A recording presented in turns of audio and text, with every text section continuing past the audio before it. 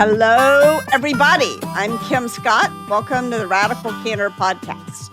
I'm Amy Sandler. We tell a lot of stories on this podcast, so we thought we'd invite someone else to come and tell you all a Radical Candor story. And by the way, this is an expert in storytelling. We are so excited to welcome longtime Radical Candor practitioner Amandeep Aman Kochar to the podcast. Aman is owner and CEO of Baker & Taylor, the near 200-year-old book distributor, content services, and software company.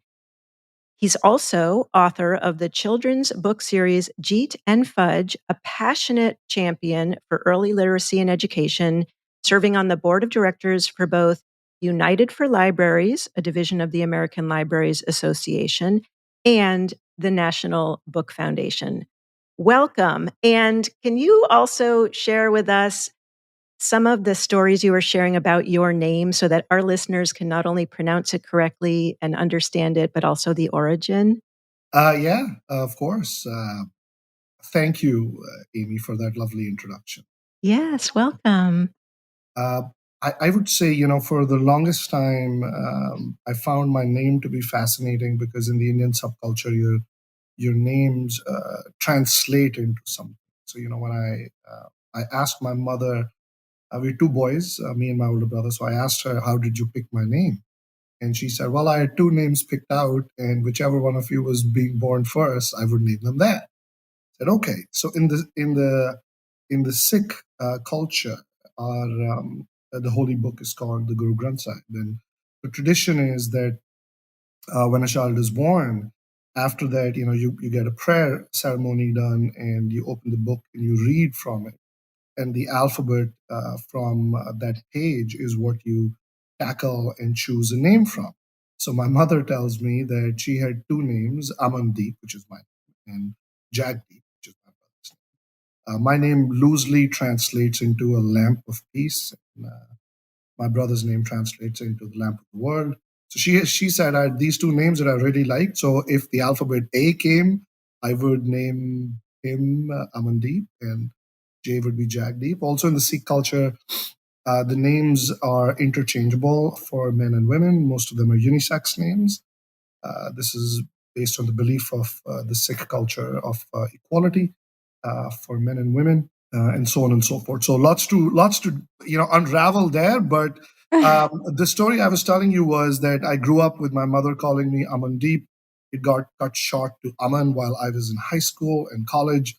And when I moved to the United States, for lack of a better transliteration, if you will, the Western tongue was able to pronounce Aman, and me being appeasing of my superiors never actually corrected them for a very long time. So it was only after a partner that encouraged me and said, you have such a lovely name and you no longer are in a subservient position to be appeasing. You should start correcting people and giving them the correct pronunciation. So I only started it a few years ago. And, so thank you very much for asking me the correct pronunciation. If my mother happens to watch this, it will make her very, very happy.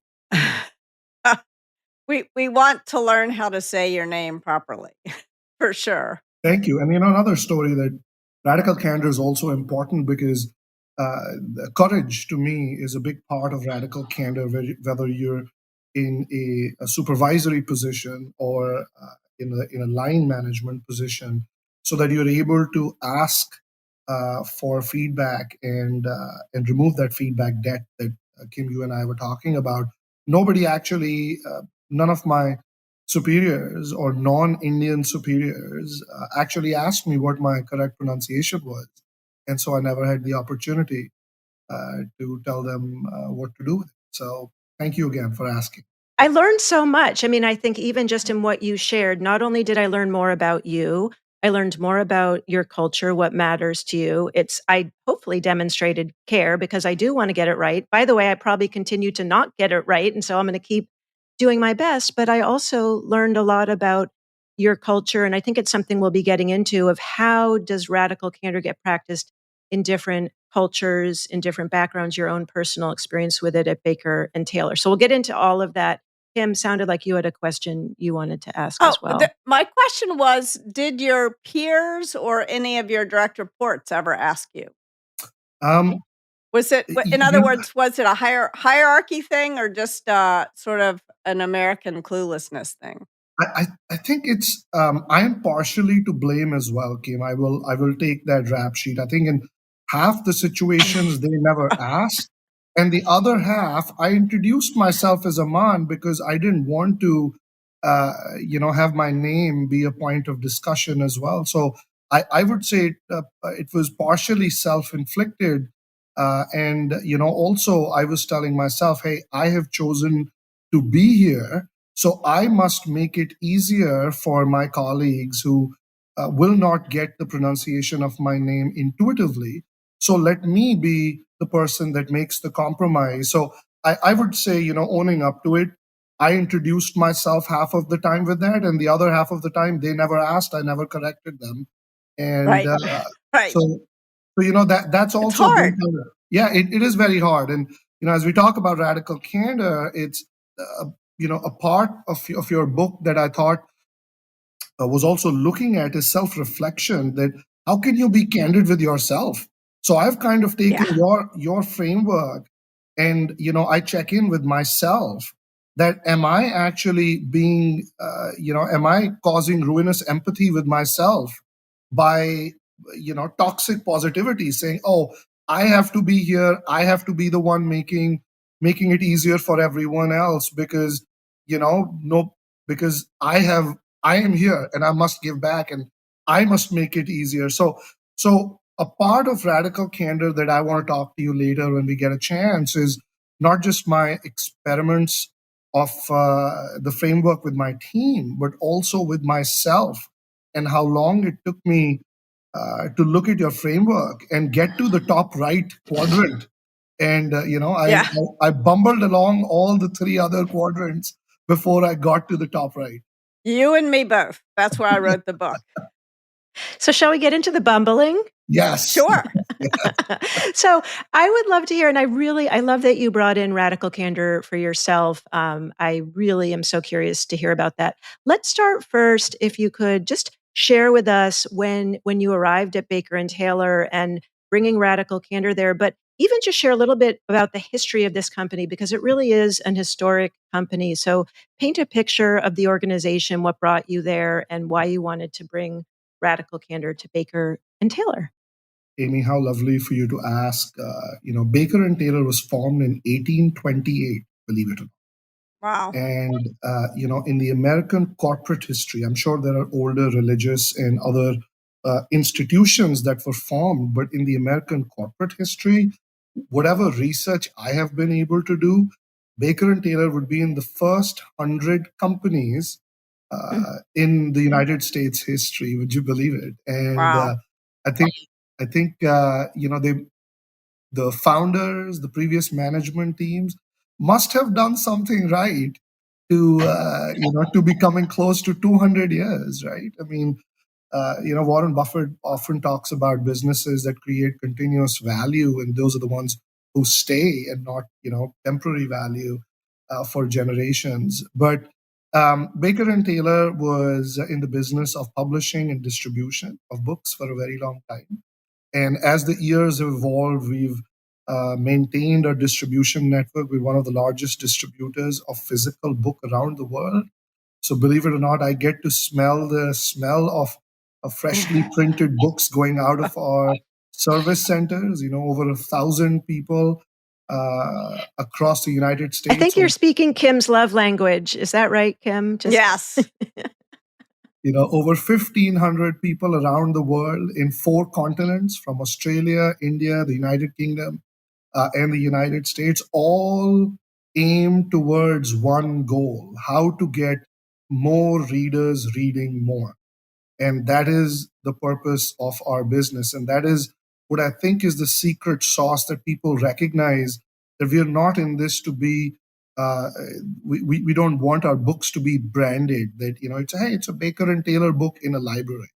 The library is the hero. The school is the hero. The college is the hero. We're happy to be in the shadows being their partner that enables their people, the communities, the students, the campus, for them to find the content that they're looking for them to find relevance, for them to find solace, for them to find an escape. And I think that's the secret sauce, that if you can create value for the communities continuously, that they can find something and take away from them, that it becomes a part of their DNA. That's what Baker and Taylor is about today. As I said, we are one of the largest distributors of physical and digital content. We also provide services to libraries so that books that we get from over 5,000 different publishers around the world are converted into a library book so that they can be discovered by lifelong learners in schools, colleges, and libraries. And we also provide software services to enable these institutions to procure the right content, rationalize their content, manage their budget, and making sure that in their mission of serving their communities through literacy, that we are partnered with them in having more readers reading more. So that's Baker and Taylor, and in 3 years, we will be celebrating, well, it's 2025, so in 2 years, we will be celebrating 200 years of championing the cause of literacy through book distribution for institutions. Love it. Such a great company. I have to ask, as we get into your bringing radical candor to Baker and Taylor, I was so struck how you were just talking about, the books are the heroes, the libraries are the heroes, the students are the heroes. You're really there to be in the back seat. Is that a leadership philosophy as well? Am I just writing myself into that story? But is that part of your leadership philosophy? Like, how do you see that relating to that idea of the role of a leader and a manager, and how does your own vision of radical candor fit into your leadership philosophy? I think I've struggled with that for a while, Amy and Kim, to be honest, because as I grew in my career, I found myself to be the youngest person in most management roles. So to get respect naturally comes to us to look at the most seasoned professional in the room, and the person with the most radical ideas, or the person challenging things. That's what comes naturally to me. But it did not give me a good management style, because I always ruffled feathers um, for people to rally behind me. So I may have been a great change agent, if you will, but I struggled in the initial days to find a balance to lead people, or to have a common goal for people to rally behind me. Because I thought that was my goal. My goal was to be a change agent, and I thought if I Right. could only get people to see the change for the good. But what people saw was that I wasn't investing enough time, whether I was right or wrong. They thought that I was coming in with my ideas too fast and did not earn their respect. And that I simply did not have the inertia to move the organization. So the style that I have developed over the years has changed from being a change agent to being a change enabler. And it has also, in my journey, when I was talking about bumbling, I went from being a change agent and reflected that, hey, maybe that's not good. So I became an appeaser. So I went into ruinous empathy, where I would listen and listen and listen, and thought that would bring people closer to me, or that would and then I never had the courage to give them feedback saying, hey, I listened to you. How would you react to this idea? Because I thought that if I challenged them, especially people that were older to me in age, or more seasoned, that their reactions were, ranged from just very vitriolic, visceral reactions because I looked different, I sounded different, I hadn't spent enough time in the company. They thought I didn't have the subject matter expertise. So any and all respect that they may have had for an outside in perspective went out the window in the first 5 minutes. But then I went into this 180, and I only listened and only listened and only listened. That didn't work either. So I said, well, that's not working. So I had somebody give me this feedback saying, Aman, it may not be a bad idea for you to talk about your personal life, because I never did that. This is where the South Asian concept comes in, where I grew up keeping, whatever happens in the house and the family stays in the house and the family. It's, when you go to work, you come back to work, you check it out, and you're only posting a happy family picture, like politicians' view of a perfect Right. family organization, rather than showcasing any vulnerability. And I know I'm going a little off topic, but I think vulnerability will bring us back into my leadership style, because I only started to practice that very late in life. I had a mentor, an ex-boss, that put me in this position many years ago, and I noticed that they would very openly talk about having cancer and their battles in cancer, and they were still leading uh, Yeah.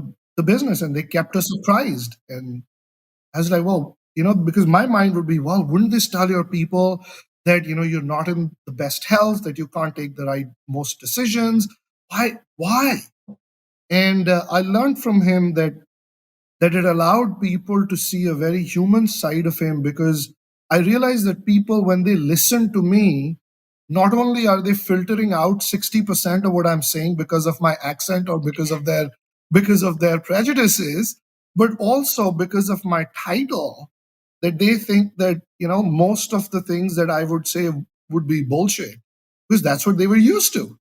And, so practicing vulnerability has had a big impact on both personal growth and professional growth. And I only started practicing it recently, going from ruinous empathy, to what people perceived me as manipulative insincerity, because they thought I had an ulterior motive, that I either wanted to get more information from them, not partner with them, fire them, whatever. And it was a mix of that, and the other group thought that I was absolutely obnoxious, because they thought I didn't invest time in learning about them or the company, and how dare I bring up an idea that they hadn't thought of. Yeah. I found the silver bullet as vulnerability. It allowed me to connect to people at a personal level before an idea was shared professionally. It allowed, it's not a path breaking thing. I know people have spoken about vulnerability for a long time. I'm just sharing my story. I think the ability to tell stories, being vulnerable, helped me not be perceived as manipulative or obnoxious, and helped me move along from the three quadrants onto the top right. I don't think I'm still there, but combination of most of the team members that reported to me being older and more seasoned, and my inability to be vulnerable before getting to the radical aspect of ideas, was where I failed miserably and terribly. And Kim's framework came to my rescue, of how I was able to do that. And, I think what you're saying is so important because it really is difficult. It's hard to be a leader under any circumstances. So even if you're sort of not an underrepresented leader, often the things that worked for you as you're sort of starting in your career, being super aggressive, pushing hard, don't work as well when you become the leader because you sort of having to fight to earn respect when you're more junior in your career, whereas when you get a position you're having to reassure people that you're not going to you're scary to people even though you don't think of yourself as scary. So I think that's true for everyone. I think it's especially complicated for underrepresented leaders, and I think that's part of what you're talking about. And did I get that right?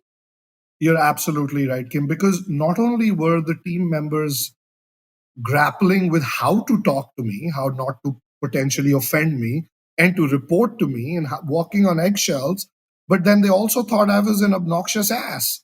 And so, they're basically saying, we don't know how. So, then they lose their patience, saying, I don't want to learn how Yeah. to talk to him because he's an obnoxious ass. So I kind of lost them there by, not investing enough in the background, and in understanding what the culture of the company was. I think a big reflection came was that I thought all cultures are ready to accept change and want change because they want to thrive and they want to, make profit for profit companies and pay their taxes and have a thriving economy.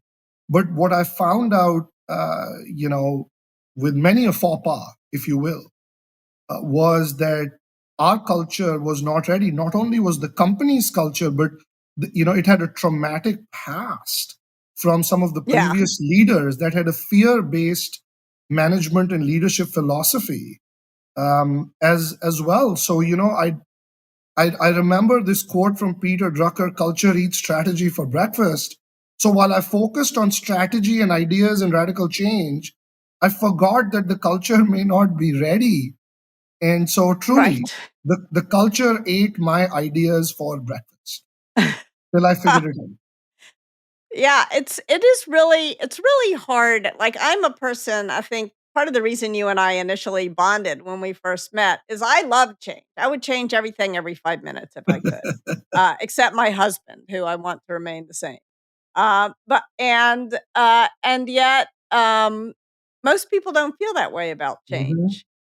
And sort of one of the things I had to learn early on is that my first job, as you were saying, is to listen to people and to solicit feedback before before I gave it, and also to make myself, as you said, vulnerable. I'll never forget being told that somebody said I was intimidated. That is so not how understand myself, and yet mhm. people were intimidated. I think not by me per se, but by my role.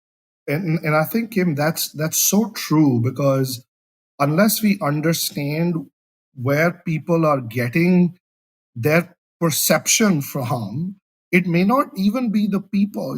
I remember this experiment that you and I were talking about, the five monkey experiment of organizational culture, where you put five monkeys in a room with a banana on top of a ladder and a sprinkler, and every time a monkey goes up to get the banana, the sprinklers are on and the monkeys don't like getting wet, so they all dissipate. And then you Yeah, change out one monkey for a new monkey. This monkey doesn't know what's going to happen when I climb the ladder, so he starts to go up and tries to get the banana, and the other monkeys come and beat him because they know what's going to happen. He doesn't know. yeah, So he says, yeah, okay. Then they replace the other monkey, a second monkey, with another new monkey, and when he tries to go up, all the other monkeys, including the first monkey, try to beat him up, even though he doesn't even know why they're beating them up. So yeah, these things of longevity, of organizational trauma, are so real, in my opinion, that it it must be invested in to understand what that is. And you may have individuals that are open to change, but getting your organization to be open to change, I think, comes from building a culture of reflection, feedback, acting on feedback, removing feedback debt, and then showcasing action around it, and making sure that information is not hoarded, but information is shared. And that was my big lesson, that people took pride yeah. in their titles and the fiefdom of information that they were sitting on. And that was my biggest challenge of getting people to move their locus of identity from information to change, saying, if you change things, you're more important to me. But if you're hoarding information, you're less important. And I thought that Yeah. is what was the hardest thing for me to do, especially with seasoned managers in my organization.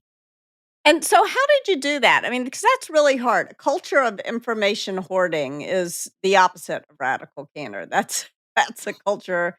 How did you what were some of the specific things you did to change that culture when you became CEO? A few things. First, I think I started to talk to everyone in the organization through different vehicles. So, which Mhm. meant that, from standard operating processes like town halls, I'd gotten to know that we hadn't done a town hall in the last 6 years or 7 years. I said, well, that doesn't make sense to me, but maybe it did to somebody previously. So I started to do that. As you know, we're a And company so where how we sorry to not interrupt. only. How did you structure the town halls? Oh, this is very. I'm glad you asked this. I wanted to give a view to everyone in my company that I am not afraid of questions or difficult questions. There was a practice from a previous ownership wherever Mhm. we did a town hall that they would request questions in advance, and I said, why? I said, if they want to Yeah. submit questions, that's great. That just means, I can answer them on email. So we started something called Ask Aman Anything, or AAA sessions in my town hall. So the town halls were, I had something to talk about. Here's the quarterly performance, here's some change, saying goodbye to colleagues, whatever. But there were two things I did. One, I started to do a 5-second prayer, non-religious, a silent remembering to all the colleagues who had either passed away.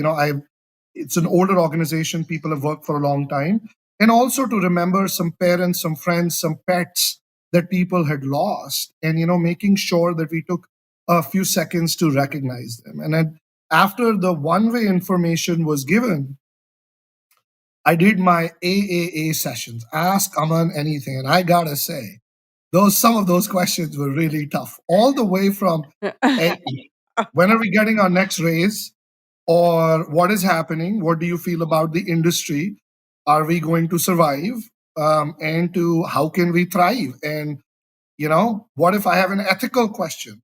I said, you can call me. They said, really? I said, yeah. I'm happy. We set up an ethical hotline afterwards. After I figured that we didn't have one, but I think these little Wow. things, yeah, of actioning those things, but also to be bold and out there and saying, hey, you can ask me anything right now. It doesn't matter to me if you're picking books in a warehouse of ours or if you're a data scientist creating software of ours, because your challenges are different. It doesn't matter if you're in Yeah. Australia or UK or India. It doesn't matter if you've been here 37 years or 3.5 weeks. It doesn't matter. So I think those things. And then the other thing that I did also, Kim, was I started to include my management team who had very little exposure to the group. I don't know why, but we were, always a one face organization of sorts. So I Yeah. started to give 10 minutes to my CFO, my COO, my head of operations, my head of merchant, bringing other faces to this. And then while this was virtual, I started to write a bi-monthly 5-page newsletter. And I would write it with wins, with losses, introducing new team members, highlighting the good work of colleagues, whether it be on the warehouse floor or in software. And I noticed that people actually read it. You can tell how many people opened it and read it Yeah. and so on and so on. I thought, really? And the most open rate was in our service centers. And I said, very interesting. So then I also paired that, Kim, lastly, with what we started some 4 or 5 years ago, that every holiday season, I would take my entire leadership team across all the warehouses. We have one in Ashland, Ohio, Momence, Illinois. We've one in Commerce, Georgia. We have over 100 people in Bridgewater, New Jersey, in Scotland, in India, and Australia. And I spread out my team where we would do a lunch for the people that were on the lowest end of our economic spectrum, if you will. And I made the management team and Mhm. leadership team stand in line and serve them lunch. And to bring about a conscientious That's great. nature of this perception that there was an ivory tower and a non-ivory tower. Said, if our people don't show up to our warehouses, we don't get paid because we can't do Mhm. anything. And so, bringing about that awareness, Yeah. and my Yeah. leadership team said, really, you want us to go there? I mean, we'd love to go, but nobody's ever sent us there because, you know what are we going to do? I said, you'll do nothing. You'll Yeah. serve lunch and listen to their stories. That's Right. it. I think that's so important. I think that's such an important point because the way that you improve a business, like, is to listen to the people who are doing the work first and foremost. It's not. It's really important to get to know them to drive that culture, but it's also important not only for sort of emotional and cultural reasons, but also for practical business strategy reasons. Like, if you're not listening to people who are doing the work, then you're not gonna know how to improve the company because they know what needs to be fixed. And I think that's what I found, Kim, that many times the people who were at the bottom of the organizational hierarchy had the best ideas, and Yes. they never floated up to the top, whether it was people were busy, other distractions. I remember somebody told me this story that if you were in Kellogg's, the information from a customer or a person is that, hey, we would need a different flavor. And by the time it made its way up to the CEO, the answer was, we need more frosted cornflakes with sugar. And the information gets so compounded in a negative way, because Yeah. the emotion of the person, of the team member in the bottom of the pyramid, gets lost in translation. People add their strategy and their polish of words, and it loses the purpose. So you know I'm trying to implement this philosophy, which is an extension of the radical candor feedback, called conscious culture.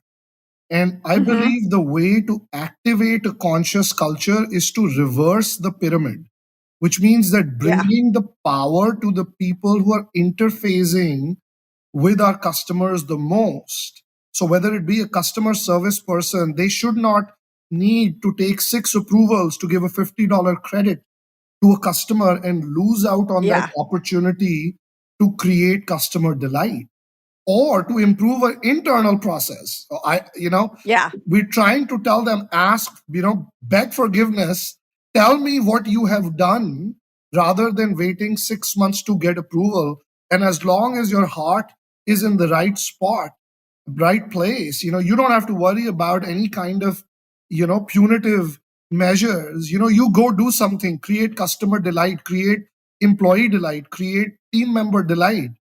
And yeah, don't lose that micro opportunity that you have 20 times in a day, and wait Yeah. for an opportunity once every 3 months to create delight for your team member or customer. So we're trying to extend your framework, as I practiced, trying to have everyone practice radical candor. I'm not successful because people still give me the caveat, oh man, I'm only saying this because you asked us to be radically candid. And so giving a caveat, which is not part of it, but I think we're making progress. But we're extending the framework in trying to utilize your framework to activate the culture and make it more conscious of change, and not be fearful for it, and making change rather than asking to make the change. So that's kind of Yeah. where we're in our journey, after bumbling and failing. And I maybe I've still scratched the surface, but the organization is 200 years old. I've people who in my management team who are over 25 years, and sometimes question everything and anything, as they should. That's why they're on my team. But Yeah. sometimes, just sometimes, I don't think they've done enough reflection. Um, and I haven't created that forum for them to come out of that and not give caveats. Yeah. Let people know that if you're a manager, uh, on your team, then your job is to solicit ideas for change rather than to impose change upon others. You want to ask people how you should change. That's exactly right. And I think my something that I've thought long and about, that in conscious culture, I think, Kim, when culture is conscious and you've activated it, feedback is a tool for growth, both personally and professionally, and not a weapon for criticism. That it's not a Yeah. thinly veiled weapon behind which you can do anonymous feedback in 180s or 360s. And I think that's the difference, that I don't think I've successfully yet, we're on our journey, activated the culture where feedback, whether anonymous or direct, can be taken uh, with an essence of growth and not for criticism. Yeah. And I Yeah. think that's been my biggest lesson. I'll share a personal story, and I know my team is going to listen to it as well. And it's a story that I was particularly upset with, and I had to do a lot of thinking. I have a lot of team members that I do my one-on-one with, my direct Mhm. reports, and they will talk about other team members, which is okay in a professional way, judging decisions. And sometimes I shut them down. Sometimes I want to listen to them because it's also important to me to see that the team is, singing from the same tune. And if they aren't, I want to know why. And after that, we did a 180-degree feedback for both parallel, their team members. So everyone that reports to Mhm. me gets to talk about each other. And Mhm. I got feedback from half of them saying, Aman, that it would be much better if you made it anonymous. And I said, no. Yes. If Yeah. you can sit in my office and give me feedback about a colleague of yours, why are you afraid to put your name? Then they asked me, okay, Aman, so who all are going to see this feedback? So why does it matter? So I had to give them a lot of confidence that your feedback will come only to me and HR and people operations, as we call them. And, the people that you're writing about are not going to see it. I will give it to them in anonymity. But I'm just sharing this in full transparency, that even though we talk about radical candor, and they can practice radical candor with me about their colleagues, there is still fear about addressing it with each other. So I think, while we've implemented radical candor came successfully for their teams, where I can use your counsel is, how do I implement the same level of transparency and candor that they can practice with their colleagues? And these are, senior colleagues, Yeah. seasoned colleagues, many with C-level titles, but put politeness in front of growth opportunities and critical feedback. Yeah, it's a hard issue, and I have a strong opinion, but I'm not. It's loosely held. I'm not sure I'm 100% right. So I at one point had a big debate with one of my managers. I thought that in the 360 process that everyone should write transparent feedback. So in other words, if you're soliciting feedback from me about if my boss, I said to my boss, if you're soliciting feedback from me about Amy, say, then Amy should be able to see what I wrote. I shouldn't be able to share it with my boss without sharing it with Amy too. And her perspective was that people wouldn't say, it would take longer, because you'd have to think longer about how you're writing it, and second of all, people just wouldn't be as candid. And my perspective was, and in the end, I rolled this out on my team. She did it differently with her team, but on my team, when you did a 360 process, what you wrote uh, about the person would be visible to the person. Mhm. And it said at the beginning, before writing this down, I recommend that you have a conversation with the person before putting it in the Right? a synchronous conversation. So that's my advice: is that you got to work hard to prevent backstabbing on a team. That's been my hardest challenge. him because, these people, some of them have worked with each other for so long that they're personal friends. And so they, employ personal friendly tactics of, being coy and, giving witty, sometimes passive aggressive thoughts, but not really formulated feedback and giving the opportunity to their colleague and giving them respect. So I think they're in the ruinous empathy quadrant, maybe overlapping with radical candor. They haven't moved from the top left to the top right yet, I believe. But Yeah. Yeah. I just wanted to share with you this story. I'll share with you something that I encountered. Your listeners, we were talking about marginalized communities in leadership roles, how feedback was weaponized and potentially how to avoid it. I was a victim of it. I had a falling out with. Uh-huh. I wasn't the CEO. I was one level down from CEO, and I had a little bit of Mhm. a falling out with them, and they With were a your very different peers? personality. No, with my boss, with the CEO. Um, Oh, okay. well, it was more about the people who reported to me had given some feedback to the CEO, which was aimed personally. The same feedback, which was, there isn't enough invested time. Yeah. He doesn't know the business enough to come up with these ideas, and we don't like him. But because my performance Yeah. Yeah. metrics were So it was good. sort of what I call mobbing, or what, not what I call, what I've learned. There's a term called mobbing. And often when someone comes in as a change agent, Mhm. people try to push them out of the organization by mobbing. Yes, And that's like it really giving was a that. lot of feedback about them. Yeah. Is that I what was would go, going I would on? walk in a room and everyone would go silent. And I was like, wow, is this middle school, high school? I mean, what are we Yeah. doing here? Yeah. And, you'd be surprised to know some of those people actually still work for me because many of them Mhm. don't, over the years, it's lots of change, but some of them actually still work, Mhm. on my team. And it's incredible to see their perspective now as well. I had an opportunity a few months ago. I was very fortunate to be the honoree, to be the publishing titan this past year, and I had a couple of my team Mhm. members introduce me.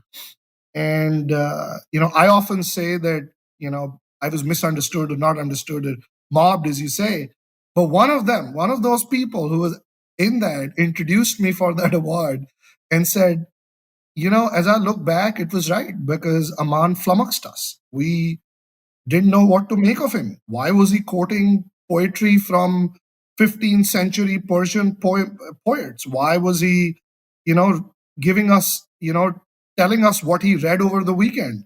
Why was he coming into every meeting prepared? And so I'm going to go back to the story. So the way that it worked was because my performance metrics were so good, so I couldn't be fired just because some people were saying they didn't like me. So my boss at the time did a 360 feedback only for me, nobody else on the team, just for me, because Wow. in their thought to weaponize it, they thought that it would solidify, rubber stamp what people were telling him, and they would find a reason to fire me. By the way, I still have that report. Wow. And what did you learn? So 50% of the people were in the obnoxious category, 50% were we like him, we love him, he's what we need to really change to right. So I saved my job because there was no consensus on me being this person that I was being made out to by the mob. The mob did have my boss's ear, though. Can I ask, what's one thing that you did to repair the relationship with somebody who thought you were being obnoxiously aggressive? I'd love to get a sense, just in a very practical way, even the person that introduced you for that award. What's one tip that you have for someone who may have landed in that category, how to repair that relationship and build more trust? I'll give you two aspects, Amy. One for myself of how I repaired my perception, because even though the 360 was anonymous, by somebody's writing, I could tell who wrote what and, so on and so forth. So to answer your question, I had to show up for some people. I had to put in my mind who were the people who would actually have the ability to change, want to change my perception, I meant. And so I worked with them. I met all of them for personal lunches, shared, my life and my story, and hoping to inspire a spark, give me some grace, and, build a friendship, if you will. I would say half of them didn't want to. They were basically like, yeah, dude, you're just here for personal gains, ulterior motives. We see through you, and, you don't know what you're talking about. The other half actually did give me a chance, and they said, okay, well, here we are. Tell us what you really want to do. How are you going to do it, and what are your motives? So I did. And so the other half that gave me a chance, I showed up for them. First, I was their colleague, then many of them worked for me, so I showed up for them. I showed them that I wasn't here for punitive action, that I wasn't going to get rid of them, even though I knew what they wrote about me in that 360. And so the people who remained are the ones who still work for me. And the other thing that I had to work on myself, Amy, which I found out was the most difficult, was I had to tell myself to give them a second chance and not to be spiteful and not to hold a grudge. And so I had to first tell myself and clear my own head, saying, you know what, it's okay. So I think I had to work on myself quite a bit and make sure, because it was easy for me to say, well, half of them don't like me, whether it be because of my accent or whatever. I could come up with 20 reasons why they wouldn't like me. And I said, well, I'm not here to be liked. I'm not here to make friends. I'm just here to do a job. But I had to tell myself that I cannot do my job unless I have friends at work. Or if not friends at work, I have Yes. friendly relations at work. So that was a big growth area for me, Amy.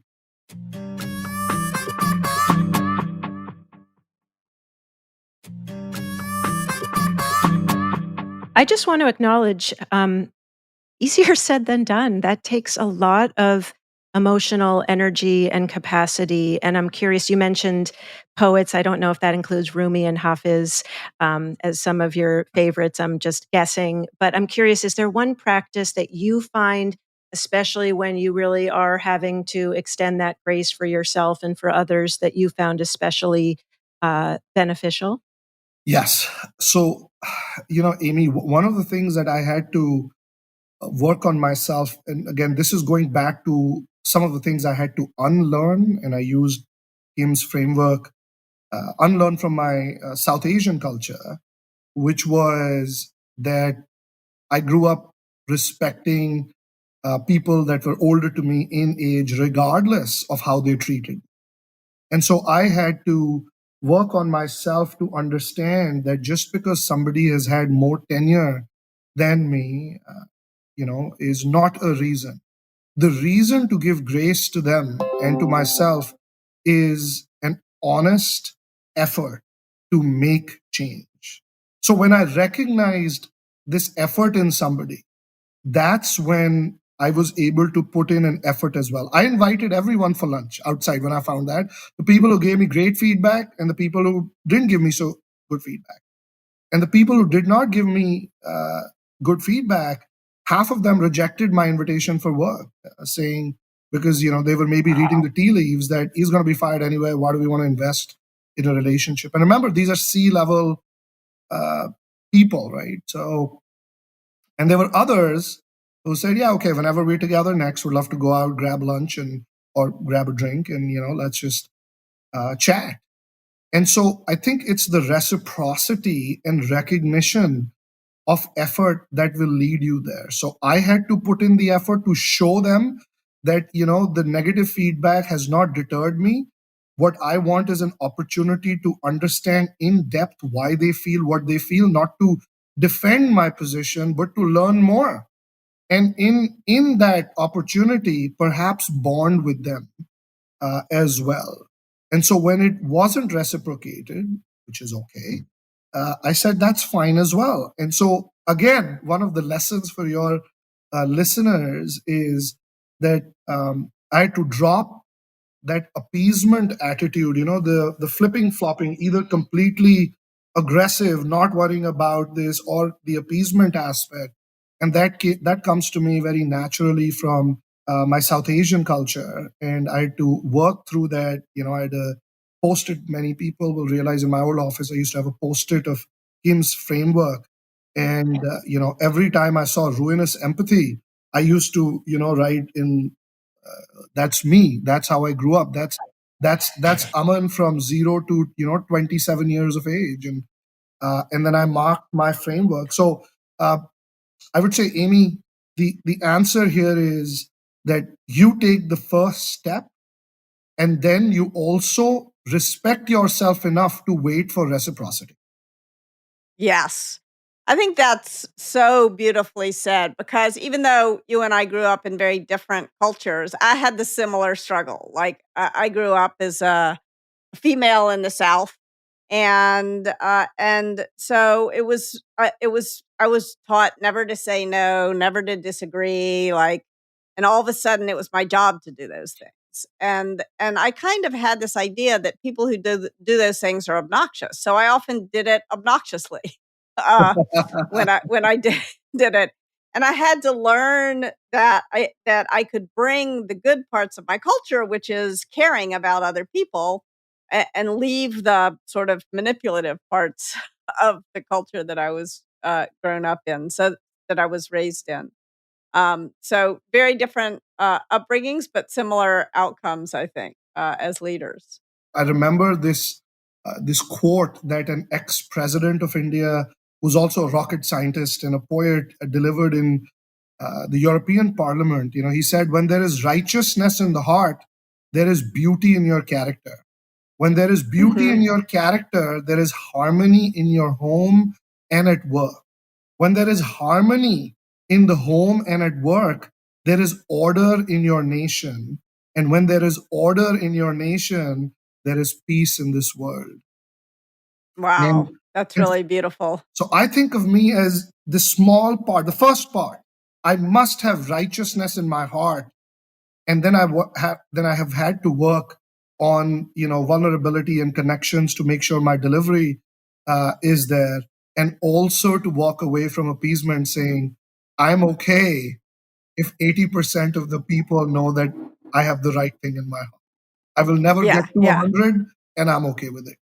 Yeah, That yeah.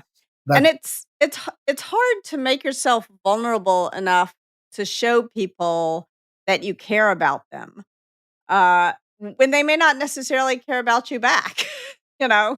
I mean, there's some feedback you're gonna get that you have to reject. In yeah. order to remain open to feedback, you have to be free to reject certain feedback. And I think that's from a leadership perspective. What your framework has also helped me do is filter out that feedback. Is that feedback for my title? Is that feedback for me, Aman, a brown man in the United States wearing a turban? Or is that for my work? And I think your Yeah, your framework has allowed me to filter out the feedback for my work, and take action on it. So yeah, that I wanted to call out specifically, that when your framework is utilized in a way, you're creating a culture, and you must separate out feedback from yourself, from your personhood, and for your title and your work. You must filter out that feedback for yeah. the work, and the outcomes, reflect on it, and action on it.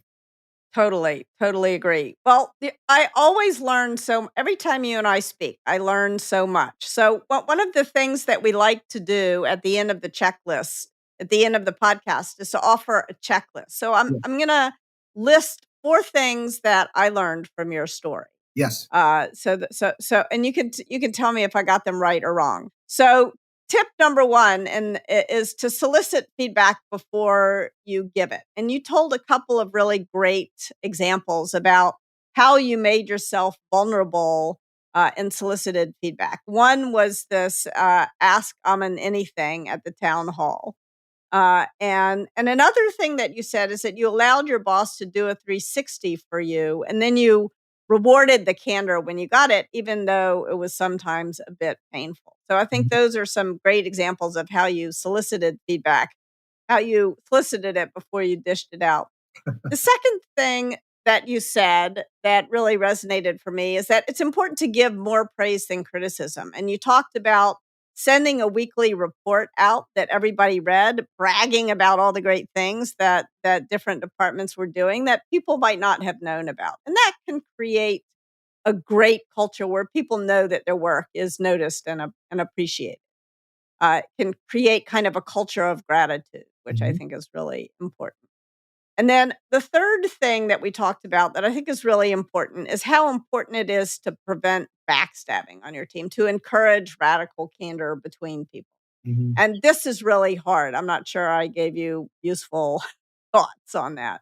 But I think this is one of the hardest things as a leader because it's so tempting as a leader when one person comes and talks to you badly about someone else on the team to listen.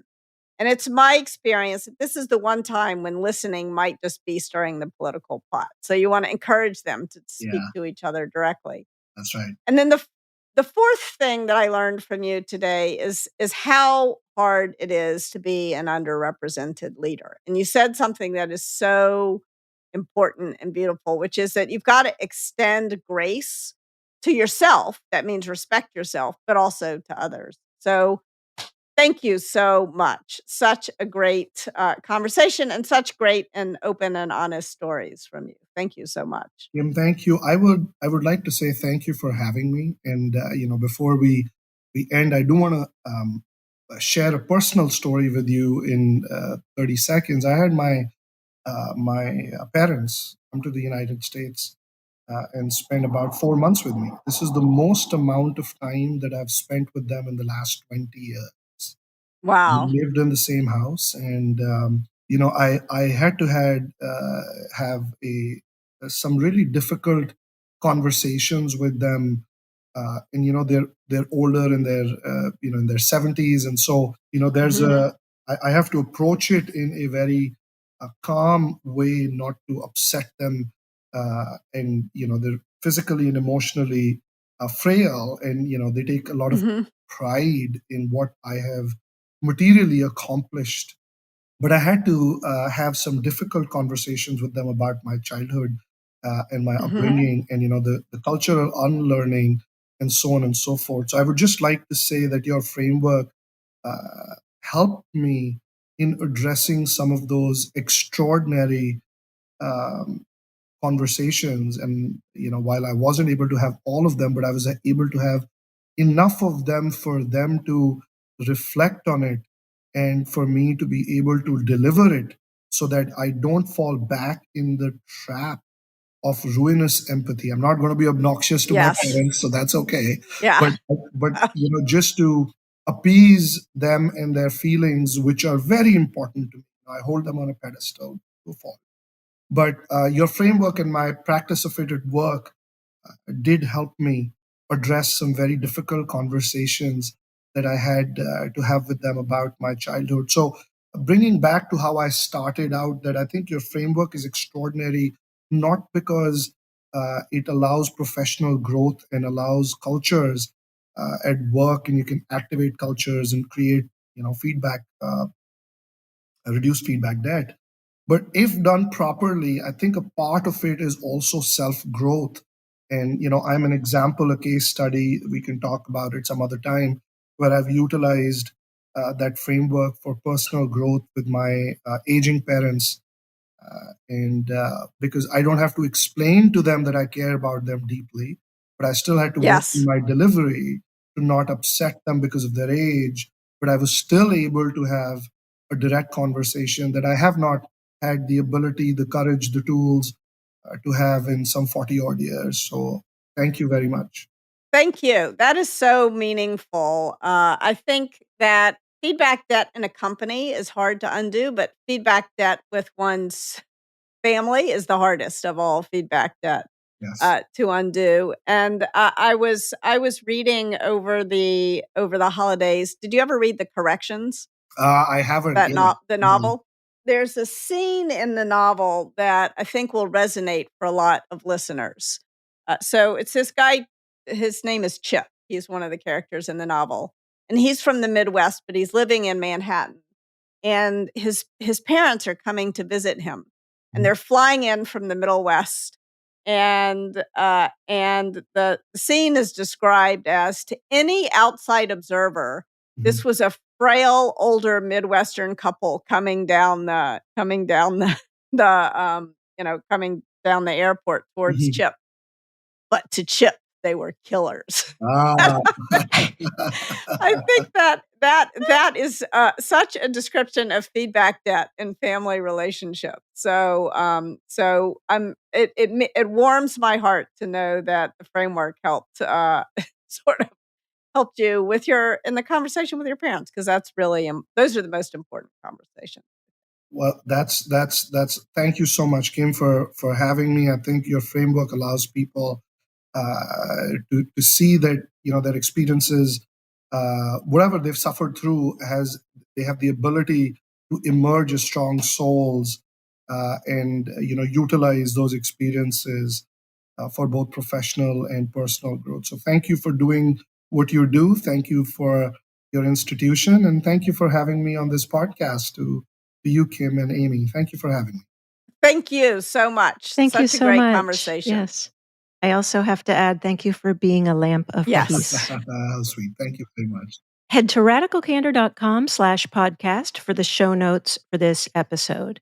Praise in public, criticize in private. So if you like what you hear, we hope you do, please do rate and review us wherever you're listening. And if you've got criticism, please email it to podcast@radicalcandor.com. We read every one. Also, don't forget to join the Radical Candor community at radicalcandor.com/community podcast. And you can get this very podcast early and ad-free. Bye for now. The Radical Candor podcast is based on the book Radical Candor, Be a Kick-Ass Boss Without Losing Your Humanity by Kim Scott. Episodes are written and produced by Brandy Neal, with script editing by me, Amy Sandler. The show features Radical Candor co-founders Kim Scott and Jason Rosoff and is hosted by me, still Amy Sandler. Nick Carissimi is our audio engineer. The Radical Candor podcast theme music was composed by Cliff Goldmacher. Follow us on LinkedIn, Radical Candor the company, and visit us at radicalcandor.com.